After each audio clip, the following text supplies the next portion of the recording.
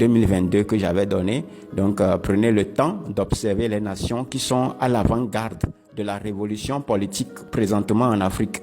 Et vous remarquerez que ce sont des nations ayant moins d'influence chrétienne. Donc, c'est des nations qui ne sont pas forcément chrétiennes. Voilà. Donc, c'est des nations qui n'ont pas l'influence de Jésus-Christ ou de la foi chrétienne. C'est eux qui sont à l'avant-garde aujourd'hui de la révolution, de tout ce que nous appelons comme les coups d'État dans toutes ces nations et que vraiment les panafricanistes radicaux sont en train de prôner comme étant une libération véritable de l'Afrique. Donc, vous allez comprendre ça après. Donc, pour le cas des nations chrétiennes, vous affirmez vous-même déjà que cela n'est pas la vraie révolution. Vous comprenez? Déjà, comme pour les nations comme le Gabon, le Tchad ou certaines nations qui sont un peu chrétiennes, ou bien qui ont quand même l'ascendance chrétienne, dans lesquelles il y avait eu certaines de ces révolutions ou de ces changements à la tête des nations, beaucoup de panafricanistes radicaux disent quand même que c'était les impérialistes qui sont derrière cela, donc que ce n'était pas la vraie révolution. Donc ça, vous le savez déjà, c'est pas moi qui devais le dire. Donc je prépare quand même cette œuvre à l'égard des panafricanistes. Je vais vous expliquer beaucoup de choses, mais qui sont déjà dans le livre que je vous propose. Donc, si quelqu'un en demande, je le lui offrirai. Donc, je vous expliquerai à fond si vous êtes sensible au Saint-Esprit. Donc, je vous expliquerai ces choses-là vraiment, vraiment à fond. Donc, c'est très important. Et telles sont certaines des révélations prophétiques pour l'année 2024. Et c'est très, très, très important. C'est très, très, très important. C'est très, très, très important pour l'Afrique. C'est très important pour l'Afrique. OK? Très, très, très important. Donc, vous allez les écouter. Alléluia. Alléluia.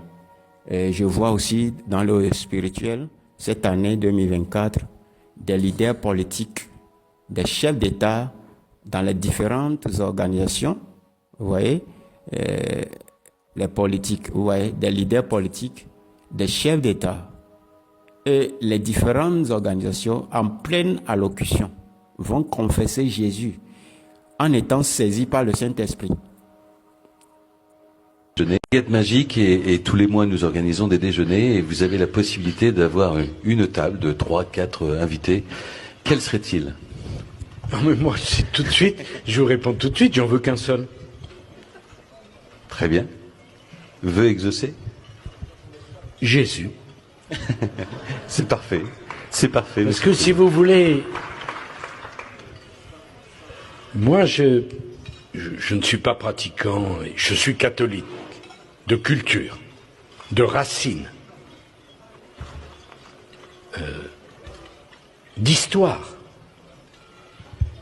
Mais Jésus, si je voulais rencontrer une seule personne, c'est lui. Parce que si c'est vrai, ça résout bien des problèmes. Et si c'est pas vrai, ça fait quand même 21 siècles qu'il y a 4 milliards qui...